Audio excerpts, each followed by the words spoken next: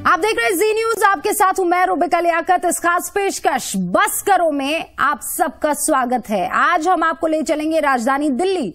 शीला दीक्षित पिछले 15 साल से दिल्ली की सत्ता पर काबिज है, विकास के तमाम दावे करती है, चौथी बार दिल्ली की जनता से जनादेश मांग रही है। उधर बीजेपी का आरोप है कि शीला के राज में दिल्ली भ्रष्टाचार में डूब गई है, विकास के दावे खोखले निकले हैं और महिलाओं की सुरक्षा भगवान भरोसे है।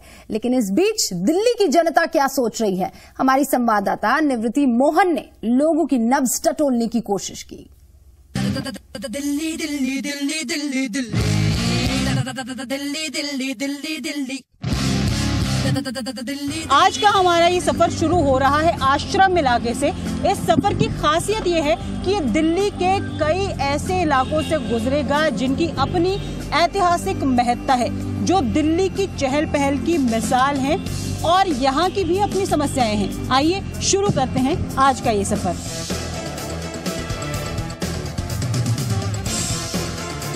इस समय हम मौजूद हैं बस नंबर 405 में, जो पुरानी दिल्ली से बदरपुर की तरफ जाती है। और कितने स्टेशन कवर करती है, सीधे हम बस के ड्राइवर से पूछ लेते हैं। 35 के लगभग होंगे, 30-35। पुरानी दिल्ली का इलाका है, क्या समस्याएं होती हैं जब आप बस लेके जाते हो? वहाँ ये ठेली रिक्शे वालों की समस्या ज़्यादा है, वो गाड़ियों को घूमने नहीं देते।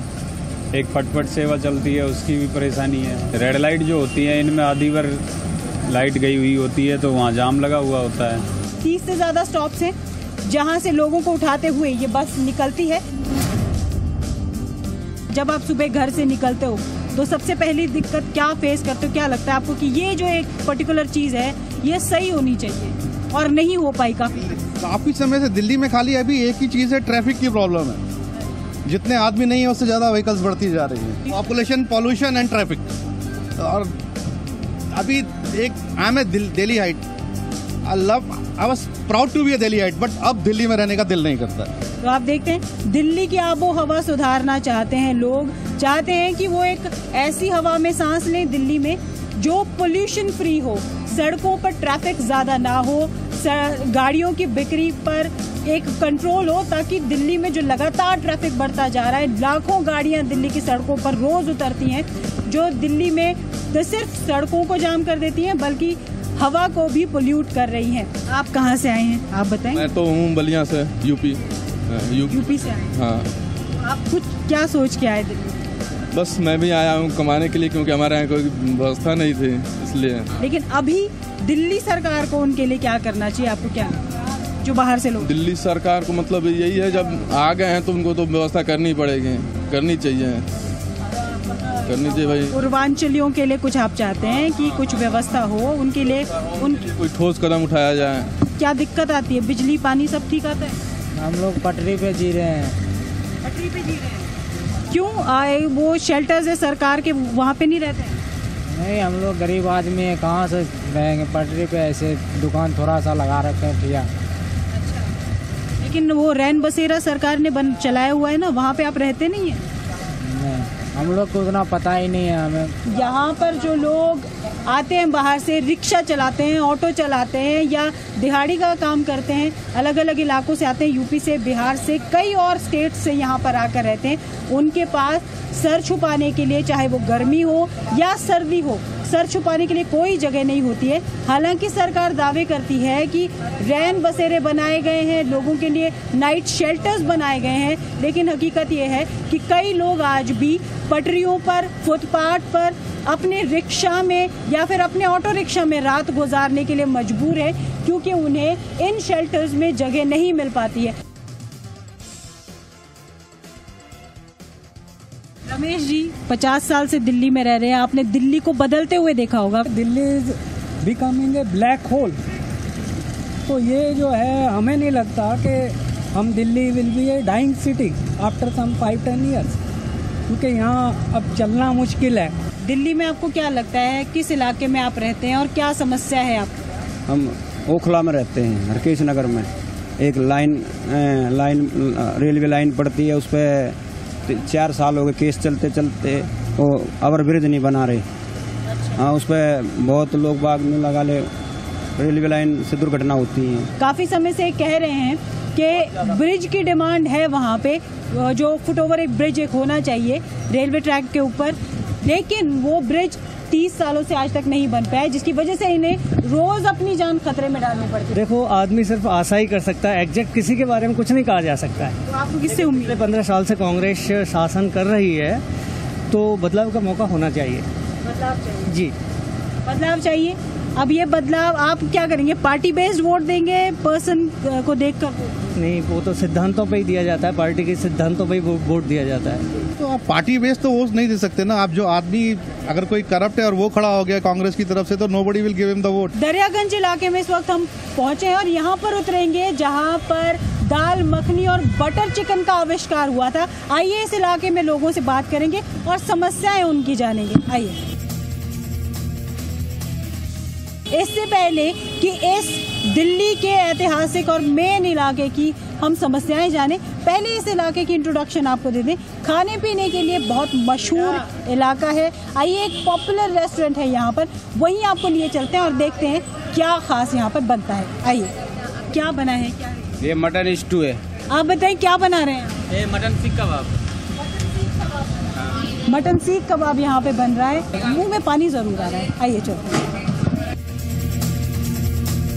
बहुत मशहूर इलाका है दरियागंज, दिल्ली की जामा मस्जिद इस इलाके में, लेकिन समस्याएं बहुत है। तकरीबन रोज 2-2.5 घंटे लाइट जाती है। यहाँ कोई जितनी पुरानी इमारतें हैं, गवर्नमेंट को कोई ध्यान नहीं है। गवर्नमेंट को कोई आदमी नहीं आता यहाँ पर। स्ट्रीट लाइट्स अदरवाइज सारी बंद रहती हैं रात को गलियों में। आप ये देखिए, सब देखिए जरा, खंबे किस तरह टेढ़े हैं। इस बार लोग तय करेंगे कि कौन उनके इलाके को बेहतर सुविधाएं देता है, उसी को ही वोट करने वाले हैं। आइए चलते हैं उसी बस में।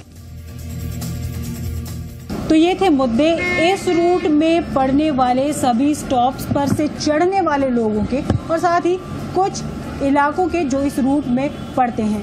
लेकिन हमारा सफर जारी रहेगा आपकी प्राथमिकताओं, आपके मुद्दों और आपकी समस्याओं को सरकार बनाने की इच्छा रखने वाले लोगों तक पहुंचाने के लिए।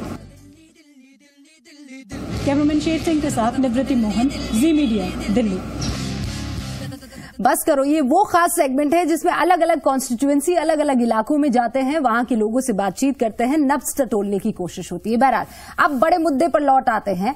राजस्थान के बांसवाड़ा में मोदी की रैली के 3 घंटे बाद दिल्ली की एक रैली में सोनिया ने उन्हें जवाब दिया, उन्हीं के अंदाज में जवाब दिया। सोनिया ने मोदी का नाम नहीं लिया और नाम लिए बगैर ही कहा कि जो पार्टी गांधी और नेहरू को नहीं छोड़ती, वो मुझे और शीला दीक्षित को क्या छोड़ेगी। सुनिए। और जो लोग ये कहते हैं कि देश को आजादी दिलाने में एक परिवार ने ही त्याग किया है, सारा बलिदान एक परिवार ने ही दिया है, भाइयों बहनों, जितने महीने वो जेल में रहे उससे ज्यादा वो महल में रहे थे। 60 साल तक सत्ता भुगती है इन लोगों ने, लेकिन हिंदुस्तान के दिमाग में भर दिया, भरपूर प्रचार करके भर दिया कि जैसे देश को आजादी सिर्फ उस एक परिवार ने दिलाई थी। मैं आपसे ही पूछती हूं, क्या हमारे राष्ट्रपिता महात्मा गांधी जी को उन्होंने छोड़ा? नहीं छोड़ा। क्या इन्होंने नेहरू जी को छोड़ा? वे तो आजादी के बहुत बड़े सेनानी थे कि इंदिरा जी के रहते संसार में हमारे देश का सिर नीचा नहीं हो सकता। यह मामूली बात नहीं है। इसके बावजूद कुछ लोग उनकी भी आलोचना करते हैं। देश के प्रति यही भावना थी जिनकी वजह से इंदिरा जी और राजीव जी ने अपने प्राण न्योछावर किए। जाहिर है कि जिन लोगों ने हमारे महान राष्ट्र निर्माताओं को नहीं छोड़ा, वे क्या हमें डॉक्टर मनमोहन सिंह जी, शीला जी और हमारी सरकारों को क्या छोड़ेंगे? अब खबर आम आदमी पार्टी से जुड़ी हुई। स्टिंग ऑपरेशन में फंसे अपने सभी नेताओं को आम आदमी पार्टी ने क्लीन चिट दे दी है। क्लीन चिट देने के साथ ही आम आदमी पार्टी ने और जो उनके नेता हैं योगेंद्र यादव ने स्टिंग में दिखे अपने सभी नेताओं से कैमरे के सामने माफी मांगी। कल ही चुनाव आयोग ने आम आदमी पार्टी को रॉ फुटेज दे दिया था। अब पार्टी अपने पहले के रुख पर कायम है और फुटेज से छेड़छाड़ की बात कह रही है। आम आदमी पार्टी के नेताओं ने स्टिंग को बकवास बताया है और बहुत बड़ी राजनीतिक साजिश इसे करार दिया है। स्टिंग में दिख रहे ये सभी नेता बेदाग हैं। आप पार्टी ने स्टिंग से शक के दायरे में आए अपने सभी उम्मीदवारों को क्लीन चिट दे दी है। पार्टी ने अपने सभी नेताओं पर लगे आरोपों को सिरे से खारिज कर दिया है। आम आदमी पार्टी ने चुनाव से पहले सीडी का आना राजनीतिक साजिश करार दिया। आम आदमी पार्टी की लोकप्रियता ने बड़ी पार्टियों में खलबली मचा दी है और यह स्टिंग ऑपरेशन उसी का नतीजा है। गर्व इस बात पे है कि उस पूरी फुटेज को देखने के बाद आम आदमी पार्टी का हर उम्मीदवार अपनी ईमानदारी और अपनी बेदाग छवि के साथ बाहर निकलता है। इतना ही नहीं, पूरे स्टिंग पर सवाल खड़े करते हुए कहा कि सीडी के साथ जबरदस्त छेड़छाड़ की गई। आपकी दलील है कि 14 घंटे के स्टिंग को सिर्फ 20 मिनट एडिट करके दिखाया गया।